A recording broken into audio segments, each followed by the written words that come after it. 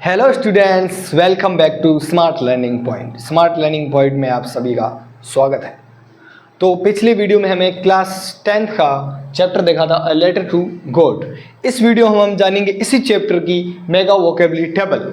इस mega vocabulary table किसके लिए इंपॉर्टेंट है? ये 10th स्टूडेंट के सबके लिए इंपॉर्टेंट है। जैसे सीबीएसई हो गया, आरबीएसई बोर्ड है, उन सभी स्टूडेंट्स के लिए इंपॉर्टेंट है। बिकॉज हमने इसको बाइलिंगुअल रखा है। कोई भी एक वर्ड ले लिया, जैसे क्रेस्ट है, उसका इंग्लिश जो मीनिंग हो गया, हिंदी मीनिंग हो गया, दोनों मीनिंग दे रखी है। तो ये दोनों स्टूडेंट्स के लिए है, जो इंग्लिश मीडियम से है और हिंदी मीडियम से है, दोनों के लिए है। सबसे पहला वर्ड्स देखते हैं अपन, क्रेस्ट। क्रेस्ट का मतलब क्या होता है? इंग्लिश इसका मीनिंग होगा टॉप ऑफ हिल। हिल का सबसे ऊपरी जो शोर होता है उसको बोलते हैं टॉप। तो टॉप ऑफ हिल क्या कहलाता है? Crest. Crest most important word है इस चैप्टर में। इसका हिंदी मीनिंग देखेंगे, पहाड़ी की चोटी। एक पहाड़ी है, उसकी सबसे ऊपरी चोटी, उसको बोलते हैं इंग्लिश में crest. Okay, now is the second word is downpour. Downpour क्या होता है? डाउनपोर होता है हैवी रेनफॉल। हैवी रेनफॉल क्या होता है कि जो तेज़ बारिश होती है उसको इंग्लिश में बोलते हैं डाउनफॉल। इस चैप्टर में एक डाउनफॉल वर्ड आया हुआ है, उसका इंग्लिश मीनिंग होता है हैवी रेनफॉल और हिंदी दे रखी है तेज़ बारिश।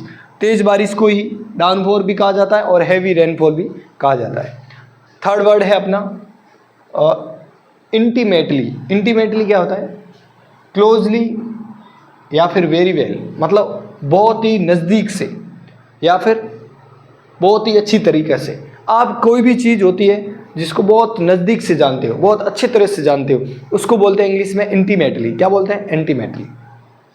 इसका हिंदी में क्या होता है? गहराई से या फिर बहुत अच्छे से, उसको बोलते हैं इंटीमेटली। क्या बोलते हैं? इंटीमेटली।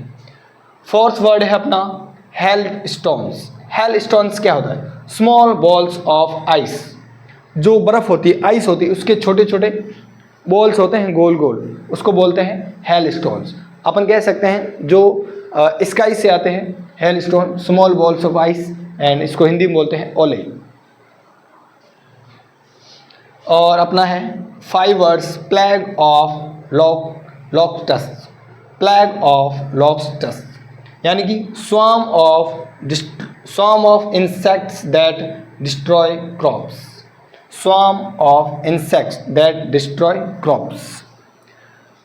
जो एक टिड्डा होता है, उस टिड्डे का पूरा एक प्रकोप, स्वार्म होता है प्रकोप। बहुत सारे टिड्डे मिलते हैं, क्या करते हैं? खेतों पर आक्रमण करते हैं। उस आक्रमण को स्वार्म कहा जाता है, प्रकोप। किसका प्रकोप? इंसेक्ट्स। इंसेक्ट्स होते हैं कीड़े, जो टिड्डे आते हैं खेतों में, जो किसानों के खेतों को बर्बाद करते हैं, उन्हें कहा जाता है plague of locusts. Swarm of insects that destroyed crops. टिड्डा आक्रमण, हिंदी में कहा जाता है इसको टिड्डा आक्रमण। नेक्स्ट अपना वर्ड है सॉलिटरी। सॉलिटरी क्या होता है? Lonely and single. सॉलिटरी का मीन होता है लोनली एंड सिंगल, यानी कि अकेला व्यक्ति, वो उसको बोलते हैं सॉलिटरी। अकेला या फिर सुनसान, उसको कहा जाता है solitary. Students, mega vocabulary table में जो नेक्स्ट वर्ड है अपना वो है एमिएबल। एमिएबल का मतलब क्या होता है? एक ऐसा व्यक्ति जो मिलनसार हो, फ्रेंडली हो, प्लीजेंट हो, मतलब बहुत ही हर किसी से मिलता जुलता हो। हर किसी नए व्यक्ति से मिला, उससे 2-3 गप्पे मार ली और वो एकदम क्या हो गया? फ्रेंडली हो गया, घुल मिल गया उनमें, और बहुत ज़्यादा खुश रहने वाला व्यक्ति, उसको भी क्या बोलते हैं? एमिएबल। और जो फ्रेंडली हो उसे भी क्या बोलते हैं? एमिएबल। तो अपना 7 वर्ड है एमिएबल, जिसका मतलब होता है फ्रेंडली एंड प्लीजेंट, जो हिंदी में इसका मीन होता है मिलनसार या खुश मिजाज। नेक्स्ट वर्ड है 8 नंबर रीसोल्यूशन। रीसोल्यूशन उसे कहते हैं एक ऐसा डिसीजन जो फर्म डिसीजन हो। फर्म डिसीजन का मतलब क्या होता है? वो डिसीजन जो आपने एक दृढ़ निश्चय करके लिया हो, मतलब उस डिसीजन के बाद उस डिसीजन को आप चेंज नहीं करोगे, कोई दूसरा डिसीजन मतलब नहीं लोगे, वो होता है एक रीसोल्यूशन, मतलब एक फर्म डिसीजन, दृढ़ निश्चय या फिर फैसला, उसको क्या बोलते हैं इंग्लिश में? रीसोल्यूशन। मतलब होता है ए फर्म डिसीजन। कंटेंटमेंट। कंटेंटमेंट क्या होता है? सेटिस्फेक्शन, संतुष्टि। कोई भी काम आपने किया, आपको उससे संतुष्टि मिली, तो आपके लिए वो क्या है? कंटेंटमेंट है। कोई चीज़ आप लेने गए, किसी ने बोला कि ये सही नहीं, लेकिन आपको वो अच्छी लगी, आपके लिए वो क्या है? कंटेंटमेंट है। सेटिस्फेक्शन आपको मिलना चाहिए, लोगों को नहीं, तो उसको क्या बोलते हैं? संतुष्टि हिंदी में, लेकिन इंग्लिश में उसका मीन होता है सेटिस्फेक्शन या फिर कंटेंटमेंट। नेक्स्ट वर्ड है अपना क्रूक्स। क्रूक्स ऐसे पीपल होते हैं जो डिसऑनेस्ट पीपल होते हैं, जो धोखेबाज होते हैं, उसको बोलते हैं क्रूक्स, डिसऑनेस्ट पीपल। धोखेबाज या फिर चोर, मक्कार, उसको हम बोल सकते हैं क्या? क्रूक्स। ये क्या एडवांस वर्ड है, इसका मतलब होता है डिसऑनेस्ट पीपल। तो आप इंग्लिश में भी याद रख सकते हो, इसका इजी मीनिंग इंग्लिश में ये है, और ये जो आपके चैप्टर में दे रखा है, और ये हिंदी में इसका मीनिंग है।